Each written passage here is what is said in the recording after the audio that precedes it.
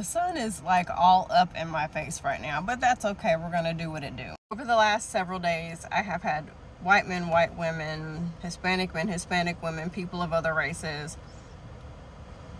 just flat out like bullying and harassing me for the things that I've been posting, saying some like crazy stuff. Like, all black women said was, we're not helping anymore. We're going to focus on ourselves. And y'all are going ballistic. Now, this is good news for me, because the longer you rant in a comment section, the longer my video plays and the more money in my pocket. So, I mean, the trolls are just paying me at this point. But it also just showed how much people really depend on black women. And I know somebody's going to comment and say, you're delusional, you're crazy, that's not true. Okay. It's like, I described this in another video. When a woman leaves an abuser, he goes ballistic. That's also the most dangerous time for her. He goes ballistic and he accuses her of cheating and you never loved me anyway, and I can't believe you're going to divide this family up, and see, I knew you were stupid, I knew you were fucking crazy. He says everything he can to try to tear her down, to try to wear her down, to try to break her so that she won't leave. But the best thing that that woman can do is leave. And once she leaves, she then becomes her best self. She might start to get into shape. She might lose that weight that she's been wanting to lose. Her acne might clear up if she had acne. She sleeps a little bit better. Her skin glows a little bit brighter. Her hair is beautiful, fluffy, curly, bouncy, whatever her beautiful texture is. Women make more money when they leave abusive relationships, and they've even reported that even if they have children and they're now single mothers, they've reported that they do less work as single moms than they did as married moms or living with someone. And the abuser is actually extremely insecure. And they have serious abandonment issues and trauma that they have not dealt with. And a sane person would simply empathize with the person they're with, listen, possibly be uncomfortable, and sit in that uncomfortableness and not just apologize, but actively, proactively do the work to bring about change in that relationship. And then they would also do the work to heal their own trauma. And they would say, you know what, I need you. We work together better. We work better together as a team.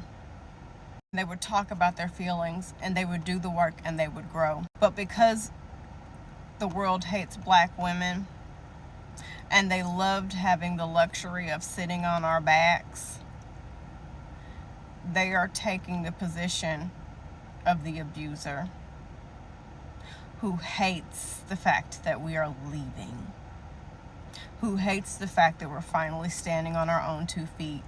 And even in the last week, I've seen so many white women come online and say, how can we help? How can we help? And it's just kind of like, white men too. And it's just kind of like, y'all can't even do the work.